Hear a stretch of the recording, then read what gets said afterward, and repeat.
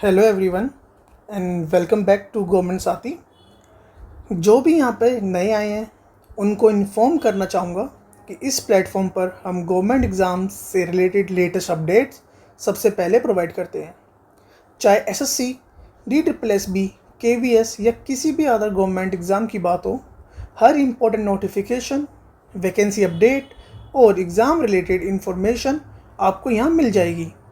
अगर आप government exam की प्रिपरेशन कर रहे हैं तो चैनल को सब्सक्राइब करके हमारे साथ जुड़ जाइए ताकि कोई भी इम्पोर्टेंट अपडेट मिस ना हो। इस वीडियो में हम स्टार्ट करते हैं the job profile of auditor CGDA। CGDA stand for controller general of defence account. तो ठीक है, CGDA ऑडिटर है। इसका सिलेक्शन क्या है, लाइक कैसे आप ऑडिटर बनोगे, उसका एंट्री और सिलेक्शन के बारे जानते हैं। तो उसका रिक्रूटमेंट प्रोसेस है। फर्स्ट ऑफ ऑल आपको SSC CGL एग्ज़ाम देना, उसके लिए अपेयर करना पड़ेगा। तो CGL stand for combined graduate level exam. तो इसमें होता है, इसमें आपके टीयर 1, टीयर 2, दो टीयर होते हैं। टीयर 1 मतलब आप प्री बोल सकते हो, उसमें आपके 200 मार्क्स का पेपर होता है वो।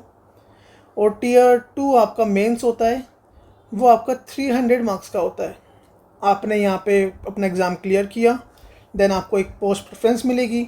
वहाँ आपने जो भी आपके मार्क्स के अकॉर्डिंग पोस्ट है, जैसे हम अभी बात करें ऑडिटर की, तो आपको ऑडिटर पोस्ट मिल गई। उसके बाद होता है स्टेट एलोकेशन पर। लाइक इसमें आप ये बोल लो, सबसे बड़ा कौन ये है इस जॉब का कि स्टेट एलोकेशन की आपको कोई प्रेफरेंस नहीं मिलती। ये रैंडमली होता है, और रैंडमली जो होता है ना, ये टोटली आपके लक बेस गेम है।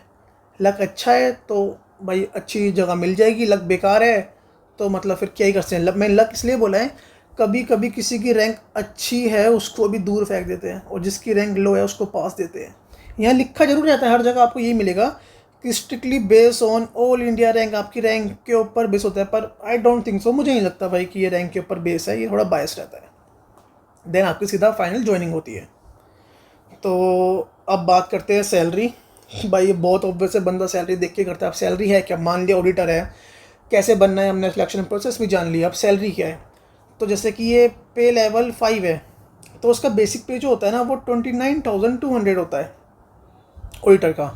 इसमें आपके डियरनेस अलाउंसेस ऐड होते हैं, हाउस रेंट अलाउंसेस ऐड होते हैं। और हाउस रेंट जो अलाउंसेस हैं वो 9% टू 27% तक वेरी करते हैं। वो डिपेंड करता है आप एक्स सिटी में हो, वाई सिटी में हो या जेड सिटी में हो। तो एक्स सिटी मतलब होता है कि आप दिल्ली में पोस्टेड हो, मुंबई में हो, अहमदाबाद में हो, चेन्नई में हो, और आपका क्या क्या होता है, और मतलब और सो ऑन डाल दो आप, ये कुछ जगह होती है। ठीक है, वाई सिटी मतलब होता है आपका चंडीगढ़ हो गया। ठीक है, आपका इसमें चंडीगढ़ आ गया वाई सिटी में, जलंधर आ गया आपका वाई सिटी में, और मतलब एंड सो ऑन। में एक थोड़ा यहाँ पे एक काइंड ऑफ एक इमेज अटैच कर दूंगा, आप उससे देख के कर लेना, क्योंकि मुझे भी इतना इतना याद नहीं है कि मैं पूरा बता सकूँ। और जेड सिटी मतलब आपका पटियाला हो गया, ये छोटे मोटे जो सिटीज़ होते हैं उसको जेड सिटी बोलते हैं। तो उस पर डिपेंड करता है। और साथ इसमें आपको ना ट्रांसपोर्ट अलाउंसेस भी मिलते हैं, मतलब उसको बोलते हैं हम TA for commuting to the office. मतलब तो चलो छोड़ो, तो फालतू की सबसे पहला ट्रांसपोर्ट अलाउंसेस इसमें मिलते हैं आपको। और इसमें आपको जो भी आपकी जो ग्रोस सैलरी होती है, जो वो ग्रोस सैलरी वेरी करती है 45,000 टू 55,000 बेस ऑन सिटी की। आप एक्स सिटी में हो, वाई सिटी में हो, जेड सिटी में हो। एक्स में होगे तो समथिंग 55 मिल जाएगी आपको, वाई में हो तो आपको 51 या 52 के समथिंग मिलती है, जेड में भी 49 के टू 50 के बीच में मिलती है। और इंक्रीमेंट होते होते ईयर बाय ईयर आपकी ये बढ़ भी जाती है, आपकी ये फिक्स नहीं होती है। तभी यहाँ लिखा है कि पे स्केल आपका यहाँ तक वेरी करता है। और ये आपकी 7 को उस पे है, सेंट्रल पे कमीशन पे बता रहा हूँ मैं, 8 पे नहीं बता रहा, अभी 8 पे आई भी नहीं है। तो अब आगे आएंगे, हमने ऑडिटर है, ठीक है, सिलेक्ट कैसे होना है हमने वो भी जान लिया, सैलरी की हमने इसकी वो भी जान ली, XYZ 3 सिटी में वो डेफर करती है वो भी हमने जान लिया। पर भाई ऑडिटर में हमें करना क्या है, ऑडिटर ठीक है हर चीज़ है, अब करना क्या पड़ेगा, तो उसकी कोर जो जॉब प्रोफाइल है अब उसकी बात करते हैं। मेनली इसमें आपको बिल पास करना पड़ता है, ऑडिट करना पड़ता है। बिल पास कैसा करोगे भाई, आपको कौन सी कमांड मिली है, आर्मी मिली है, नेवी मिली है, एयरफोर्स मिली है, उसका आप बिल पास करते हो। पे एंड अलाउंसेज, मतलब पे एंड अलाउंसेज, इसमें आप ऑडिट करते हो पे bill, travel allowances, medical claims और डिफेंस पर्सोनल, कि भाई बंदे ने दिखाया उसका मेडिकल जो एक्सपेंस आया, मान लेना एज्यूम करना कि मेडिकल एक्सपेंस 100 रुपये आया है, बंदे ने यहाँ दिखा दिया 1000 रुपये, तो ये हमें ऑडिट करना है भाई कि हाँ भाई सही है झूठ है, मतलब क्या भाई वो उसको टाइमली डिसबर्समेंट मिल रही है नहीं मिल रही है, और लाइक क्या वो बंदा झूठ तो नहीं बोल रहा। तो हमें ये सब चीज़ें ऑडिट करने की, बिल फेक तो नहीं है, रियली है ना, हमें ये सब ऑडिट करना है main. Then service book maintenance, service book में आपको पता है लीव अकाउंट आता है, पर्सनल फाइल आती है आर्म फोर्स की, और 99% ये जॉब आपकी डेस्क बेस्ड ऑपरेशन है, मतलब डेस्क जॉब है ये आपकी। 99 इसलिए बोला है, 1% कुछ कुछ जोन ऐसे हैं जहाँ पे आपका एक पर्टिकुलर ऑफिस नहीं है, तो वहाँ आप ऑडिट पे रहते हो मोस्टली, तो आपका ये डेस्क बेस्ड जॉब है टोटली। अब आती है पोस्टिंग पे एंड एलोकेशन। भाई पोस्टिंग और एलोकेशन है कहाँ, तो जैसे कि आपको पता ही है सेंट्रल गवर्नमेंट जॉब है। सेंट्रल गवर्नमेंट जॉब का मतलब क्या होता है, ऑल इंडिया पोस्टिंग, मतलब ऑल इंडिया लाइबिलिटी है ये। आपको पूरी इंडिया में जहाँ भी वैकेंसी है आपको वहाँ पोस्ट किया जाएगा। और इसमें एक सबसे बड़ा कौन ये भी है कि आपके ट्रांसफ़र होंगे भाई, 3 से 5 साल के बीच में आपके, हर 3 से 5 साल के बीच में आपके ट्रांसफ़र होते रहेंगे। एक जगह आप पक्के बैठ नहीं पाओगे अनटिल अनलेस आपके कनेक्शन है या नहीं है। कनेक्शन होंगे तो आप बैठ भी जाते हो भाई, अगर आपके कनेक्शन नहीं है तो फिर 3 से 5 साल के बीच में आपका ट्रांसफ़र होता ही रहता है। अब इसमें एक चीज़ ये और है, हार्ड पोस्टिंग। हार्ड पोस्टिंग मतलब क्या होता है, अगर आपको होम टाउन अगर आपके होम टाउन नहीं मिली जॉब पास में, फिर आपको जब ट्रांसफ़र होता है ना, आपके प्रेफरेंस फॉर्म जो होता है स्टेट प्रेफरेंस की, आपको 1 2 3 किस किस पे आपको जाना है। अगर आप कोई हार्ड पोस्टिंग जम्मू कश्मीर लेह लद्दाख या फिर नॉर्थ ईस्ट चूज़ करते हो, आप अगर आपने चूज़ कर लिया कि हाँ भाई नॉर्थ ईस्ट ले रहा हूँ मैं, तो फिर इसमें सीन क्या होता है, जैसे ही आपका वहाँ टेन्योर ख़त्म हुआ ना, फिर 101% चांस है कि आपकी जो नेक्स्ट पोस्टिंग है आपके होम टाउन में ही होगी। ये एक तरह का रेड ट्रैप है भाई। अगर कोई बंदा ये मतलब जिस बंदे को होम पोस्टिंग चाहिए तो उसको ये करने के लिए कर रखा है कि वरना अगर ऐसा ही होगा कि इसके बदले यहाँ पे जॉब कराने के बाद तो मैं कुछ मिलेगा ही नहीं, तो क्यों ही बंदा जॉब करेगा हार्ड पोस्टिंग में। तो एक तरह का रेड ट्रैप है ये। अब कैंटोनमेंट लाइफ देखो, जैसे कि हम बताते हैं, जैसे मेरा खुद था जब मैं बचपन में था कि आर्मी वालों का अलग सोसाइटी होती है, वहाँ पे ग्रीनरी देखना बहुत अलग होगी आपके नॉर्मल उससे, लाइक ज़्यादा ग्रीनरी होगी, डिसिप्लिन होंगे, अच्छी रोड होगी, क्लीनिनेस होगी, ये सब चीज़। जैसे यहाँ लिखा भी है, exceptionally clean, green, discipline, secure environment. और आप सिटी के क्योस से दूर रहोगे, यहाँ पे कोई नहीं कोई मारपीट हो रही है वो हो रही है, बिल्कुल शांति एरिया। और मेजर हब किधर है, पुणे में है, चंडीगढ़ में है, न्यू दिल्ली में, मेरठ में है, लखनऊ में है, सिकंदराबाद में। अब आते हैं इसके प्रमोशन के बारे में जानने के लिए कि प्रमोशन है क्या। अब बात करते हैं इसके प्रमोशन की। तो CGL से आप जो आपकी एंट्री लेवल होगा वो लेवल 5 ऑडिटर, ऐसे ऑडिटर आप डिपार्टमेंट पे एंट्री करोगे। फिर 2 साल का ना यहाँ पे प्रोबेशन पीरियड होता है, ठीक है, प्रोबेशन पीरियड यहाँ पे लिखा है 3 साल, मतलब 2 साल के प्रोबेशन पीरियड हो प्लस 3 साल, मतलब 5 साल बाद आप ऑटोमेटिकली 5+ ईयर बाद ऑटोमेटिकली आप सीनियर ऑडिटर बन जाओगे।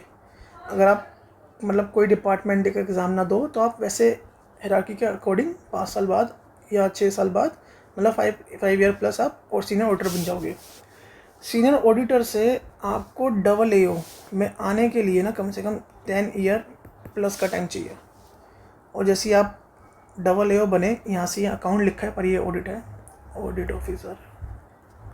AO बनने के लिए आपको कम से कम 10 या 12 ईयर इजीली लग जाते हैं। तो ये तो हुई अगर हम डिपार्टमेंट की जो हायरार्की है उसके अकॉर्डिंग चले तो। अब इसमें एक जो सीन है वो ये है कि भाई आप ऑडिटर हो, ठीक है, जैसे आपका प्रोबेशन पीरियड कंप्लीट हुआ तो आप एलिजिबल हो जाते हो कि भाई मैं एक डिपार्टमेंटल एग्ज़ाम दे सकूं। और वो एग्ज़ाम होता है SAS। ये जैसे ही आपका क्लियर होगा आप ऑडिटर से सीधा असिस्टेंट ऑडिट ऑफिसर बन जाओगे। असिस्टेंट ऑडिट ऑफिसर AAO आप बन जाओगे। 2800 से आप सीधा 1400 ग्रेड पे आ जाओगे। अब ये गज़ट ऑफिसर वाली पोस्ट होती है। अगर आप SCS क्लियर करते हो तो आप 2 साल के बाद आप इजीली बन सकते हो। 3 साल मान लो अगर एग्ज़ाम ना आए तो आप सीधा ऑडिटर से AA बन जाओगे। और अगर आप ये वाला पाथ क्लियर कर लेते हो ना तो लाइक ये मान लो लाइफ आपकी पूरी मज़े में है, आगे मज़े में है लाइफ पूरी। अब इसका ये सीन होता है SS एग्ज़ाम इतना हलवा तो होगा नहीं, वरना सब बंदे ऑडिटर सीधा यहाँ करके निकल के AA बन जाएंगे, फिर ऐसे जाएगा ही कौन। जो BA बैकग्राउंड से बंदे होते हैं उनके लिए बहुत टफ है, ये टफेस्ट एग्ज़ाम है। जो BCom है ना उनके लिए ये थोड़ा मॉडरेट में आता है, भाई कर लेते हैं, पर इसके लिए सिंसियर होना पड़ता है। सिंसियर होके आपको 1+ मतलब 2 ईयर तक 1 या 2 ईयर तक आपको ढंग से पढ़ना पड़ेगा, तब जाके आप ये SAS एग्ज़ाम निकाल पाओगे। ये नहीं कि आपने पढ़ा एक रात निकाल लिया, आपको ढंग से सीरियस होके पढ़ना पड़ेगा एग्ज़ाम के लिए। तो SAS तो हमने पढ़ लिया, SAS एग्ज़ाम निकालना पड़ेगा। SAS का मतलब क्या होता है भाई, सब ऑर्डिनेट ऑडिट सर्विस एग्ज़ाम। इससे आप सीधा AAO आ जाओगे। तो ये वीडियो का आप पॉज करके इसका स्क्रीनशॉट ले सकते हो अगर पढ़ना हो, कि सब सेम वही लिखा है जो मैंने ऊपर बताया आपको। ये हर जगह अकाउंट्स लिख रखा है इन्होंने, ऑडिट। अब आते हैं मेन पॉइंट, बंदा गवर्नमेंट जॉब लेता क्यों है, वरना तो प्राइवेट ही कर ले। इतना क्यों पढ़े, अपनी स्किल्स बनाए प्राइवेट कर ले। मतलब पर्क्स एंड फैसिलिटीज़, भाई गवर्नमेंट जॉब की अलग ही फैसिलिटीज़ है भाई। पहली, CSD कैंटीन कार्ड मिलता है आपको CSD कैंटीन कार्ड मिलेगा। उसमें क्या है, जो ग्रोसरीज़ है वो मार्केट रेट से बहुत कम होगी। एंड इसमें एक बहुत बड़ा डाउट होता है कि क्या हमें लीकर कार्ड भी मिलेगा। नहीं भाई, लीकर कार्ड आपको नहीं मिलेगा, आपको बस CSD कैंटीन कार्ड ही मिलेगा। दूसरा, आपको CGHS मेडिकल कवर मिलेगा आपको। उसको बोलते हैं comprehensive health care coverage for the employees and dependent family member eight top in private hospital across the country. मतलब इन शॉर्ट, मतलब आपको प्राइवेट हॉस्पिटल में एट वेरी लो कॉस्ट आपका इलाज हो जाएगा। मतलब ये बहुत अच्छा पॉइंट है, बहुत अच्छा, मतलब एक तरह का मोटिवेशन भी मान लो बंदों का होता है भाई, ये सब मिल जाएगा गवर्नमेंट जॉब पे जाने के बाद, ठीक है। जैसे मैंने बताया, वर्क लाइफ बैलेंस बहुत तगड़ा है यहाँ पे, क्योंकि यहाँ पे कोई शिफ्ट आवर्स नहीं है, आपकी शिफ्ट में काम नहीं करना, एक शिफ्ट आपकी तो एक शिफ्ट है, ऐसा कुछ नहीं है। 9:30 to 6 PM फिक्स आ रहे हैं आपके, फिक्स्ड। इसके बाद घर पे आपको ना कोई ऑफिस वर्क के लिए कॉल आएगा ना कुछ आएगा। अपना सारा काम आप इस टाइम पे अपने ऑफिस में छोड़ के आ जाओगे, तो कुछ नहीं है। और जो ऑफिस होंगे वो पीसफुल मिलिट्री जोन में होंगे, तो उसमें कोई दिक्कत नहीं है। और यहाँ पे वर्क इन्वायरमेंट है ना, वर्क इन्वायरमेंट बहुत मैटर करता है, बहुत अच्छा है वर्क इन्वायरमेंट। मैं बोलूँगा बाकी गवर्नमेंट जॉब की जो है और डिपार्टमेंट उससे बहुत अच्छा, क्योंकि डिफेंस का डिपार्टमेंट है और डिसिप्लिन तो होता है यहाँ पे। तो वर्क इन्वायरमेंट बहुत अच्छा है। अगर वर्क इन्वायरमेंट बेकार होता है ना तो आपकी इफ़िशियंसी घट जाती है। यहाँ अच्छा तो इफ़िशियंसी बढ़ेगी भी, और आप लाइक हैप्पी से रहोगे। और मैंने बताया कि फिक्स है आपका, यहाँ पे फिक्स आवर्स है, और फीमेल्स कैंडिडेट के लिए बहुत अच्छी जॉब है ये। ऐसे नहीं कि मेल के लिए बेकार है दोनों के लिए अच्छी, पर फीमेल के लिए बहुत अच्छी जॉब है ये, एज ए सेफ्टी पर्पस बात करें तो। अब आता है भाई, आप करोगे काम, हमने जान लिया ऑडिटर बन रहे हो, फिर आपका सिलेक्शन भी हो गया, आपने सैलरी भी जान लिया, आपने काम भी मतलब क्या क्या है आपका कोर ड्यूटीज़ क्या वो भी जान लिया, आपका हर चीज़ जान लिया। अब आप पूरे आप गए ऑफिस में गए तो आपको मैं बता रहा हूँ अपने पर्सनल एक्सपीरियंस से, बिल प्रोसेसिंग एंड पासिंग 50% आप यही काम करोगे डिपार्टमेंट मतलब ऑफिस में अपने डेली वर्क आवर्स में, 50% ये करोगे, 30% आप ऑडिट एंड वेरिफिकेशन करोगे, 10% आप सर्विस रोड मेंटेनेंस और 10% आप एडमिनिस्ट्रेटिव टैक्सेस करोगे, जो भी चीज़ है। तो यहाँ पे एंड होता है बस प्रोफाइल का। जो आप लोगों की क्वेरीज हैं अब वो देखते हैं। तो बोला था PWD के बारे में, एक क्वेरी थी भाई, PWD वालों को ना फ्रीक्वेंट ट्रांसफ़र पे जो इनका है बेनिफिट मिलता है, इनका फ्रीक्वेंट ट्रांसफ़र इतनी जल्दी नहीं होता। मतलब भाई जो डिसेबल हैं, फिजिकली डिसेबल बंदे हैं, गवर्नमेंट भी डिपार्टमेंट भी जानते हैं भाई उनके लिए इतना इजी नहीं है। और अगर होता भी है, किसी का भी होता है, मतलब जनरल हो, कोई सी भी कैटेगरी हो, होता भी है तो आपको 10 से 15 दिन का टाइम दिया जाता है, कभी कभी 12 मान लो टाइम दिया जाता है आपको। इसको कूलिंग डेज बोलते हैं कि आप आराम से इतने दिन में अपना शिफ्ट कर लो जहाँ भी ट्रांसफ़र हो। ये नहीं कि आज ट्रांसफ़र आया कल जाकर ज्वाइनिंग करनी है तुम्हें, ऐसा कुछ नहीं है। आज तुम यहाँ पर हो, तुम्हें अब 10-15 दिन का टाइम मिलेगा, आराम से एलोकेट कर लो अपने आप को। पर PWD वालों को बहुत हायर चांसेस होते हैं कि उनको होम टाउन के आसपास ही मिल जाए। बहुत हाई चांसेस होते हैं भाई, ये बहुत हाई, लिटरली बहुत हाई चांसेस होते हैं।